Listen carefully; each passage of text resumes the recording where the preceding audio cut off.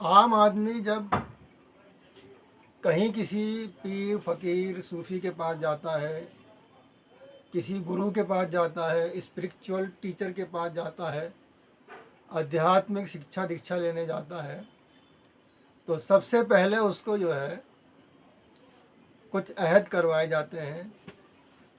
उसके बाद उसको ज़बान से पढ़ने के लिए कोई लफ्ज़ दिए जाते हैं, कोई कलिमा दिया जाता है, कुछ शब्द दिए जाते हैं जिनको बार बार दोहराना पड़ता है।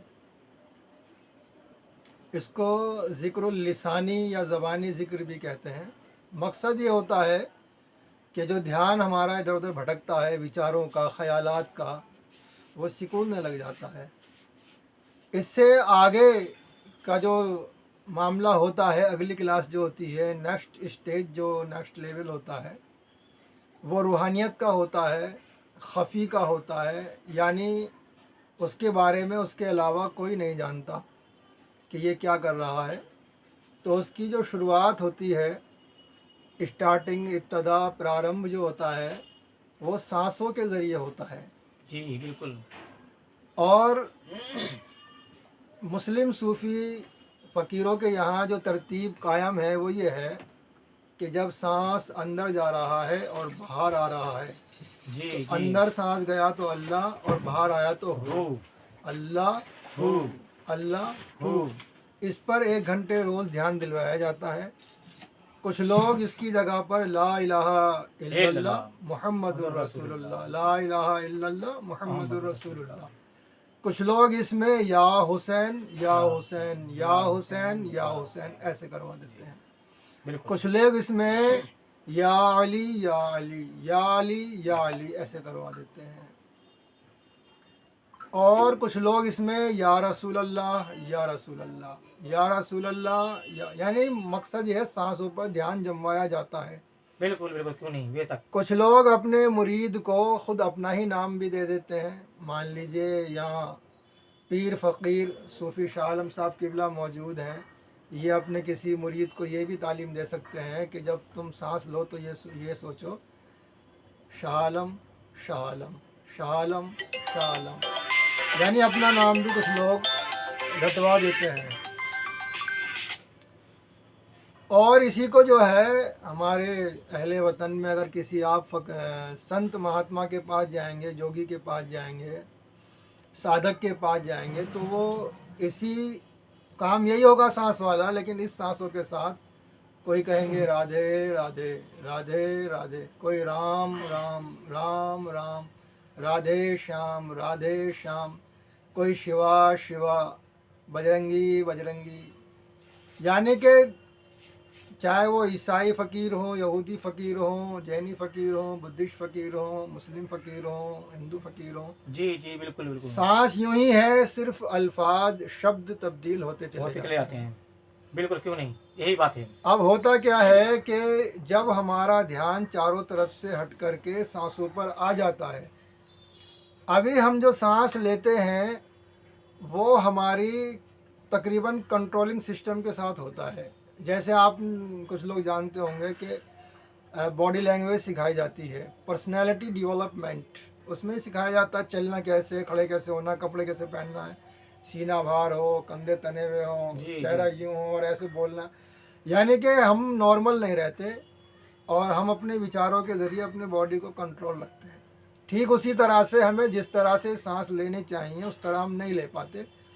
जब हमारा ध्यान इन सांसों पर टिक जाता है और उस नाम पर टिक जाता है, जो भी हम नाम ले रहे हैं, जी जी बिल्कुल। तो हमारा जो शरीर है, हमारी जो बॉडी है, जिस्म है, ये खुद अपने एतबार से हवा को फेफड़े खींचते हैं, खुद बॉडी खुद सांस लेती है। यही है मकसद। कभी कभी जो जाकिर है, साधक है, इसमें अगर गहराई से डूब जाता है तो वो पाता है कि जब वो होश में आया है तो वो खुद देखता है कि मेरी बॉडी सांस ले रही है। अपनी सांसों को खुद देखता है, जैसे मैं खुद नहीं हूँ, कोई जैसे हम किसी और को देखते हैं ना कि वो जी खर्राटे ले रहा है, हाँ सांस ले, बिल्कुल बिल्कुल। बिल्कुल ऐसे ही ऐसे। ऐसा लगता है कि मैं खुद अपने जिस्म को सांस लेते हुए देख रहा हूँ। और वो अगर जब मान लीजिए ये इसका सेकंड लेवल जो है ये पूरा हो गया है, अच्छा, नामों का असर कैसे होता है, मैं एक बात और बताता चलूँ कि ये बहुत प्राचीन क्रिया है, यानी कि हज़ारों और हो सकता है लाखों साल पहले से ये सांस के सिस्टम चले आए हैं। मान लिया मुस्लिम्स तो 1500 साल पहले से हैं, यहूदी 2500 साल से, ईसाई 2000 साल से, लेकिन भारतीय संस्कृति प्राचीन है, यानी ओल्ड टू ओल्ड, जैसे ओल्ड टेस्टामेंट होता है ना, तो पुरानी किताबों के अंदर इसको विपस्सना कहा जाता था। महात्मा बुद्ध ने भी इसको बहुत किया है। जी हाँ, उन्होंने भी किया है, बिल्कुल किया है। और जो है बस इसमें नाम लगाने से क्या होता है, मान लीजिए किसी ने अपने पीर का, अपने जो है गुरु का नाम उसमें लिया है बार बार बार बार, तो नाम लेने की वजह से जिसका वो नाम ले रहा है, आंख बंद करने के बाद उसके सामने वो तस्वीरें आ जाती हैं, चेहरा आ जाता है, ख्वाबों में आ सकता है, तसव्वुर का मुकाम हो जाता है। तसव्वुर का मकाम बन जाता है, फनाफे शेख जिसको कहते जी हैं हो बिल्कुल जाता हक है। है। कोई बजरंगी कर रहा है तो बजरंग बली उसको दिखने लग जाते हैं, रामचंद्र जी दिखने लग जाते हैं, या रसूलुल्लाह कह रहा है तो मोहम्मद साहब सामने आ जाते हैं, या अली कर रहा है तो मौला अली उसके साथ रहने लग जाते हैं, या हुसैन कर रहा है तो वो करबला पहुंच जाता है, मौला हुसैन उसके साथ हो जाते हैं। बिल्कुल क्यों तो नहीं। ये ज़बानी ज़िक्र से, यानी जो नाम का जप है, उससे ये अगली स्टेज होती है कि हम अपने सांसों को, जो वो गाना है ना, वो कोयला फिल्म का, शाहरुख खान साहब की फिल्म है वो, सांसों की माला पे सिमरू में पी का नाम, और कव्वाल में भी है, नुसरत फ़तेह अली खान साहब हाँ, उन्होंने भी और कहा। बहुत सारे लोगों ने इसको गाया है कव्वाली पर। अक्सर कव्वालियों में ये सुना होगा लोगों ने कि सांसों की माला पे सिमरू में पी का नाम, यानी अपने पीर का नाम, जिससे मुझे मोहब्बत है, मुझे इश्क है। तो इससे क्या होता है कि ये आदमी का नेक्स्ट लेवल हो जाता है। वीडियो लंबी हो जाएगी, इसलिए अभी इसको स्टॉप करते हैं। अभी सांसों के ताल्लुक से ही, यानी पासन फास के ताल्लुक से हमें और वीडियो बनानी होगी कि सांस को किस किस मकाम पर रोका जाता है।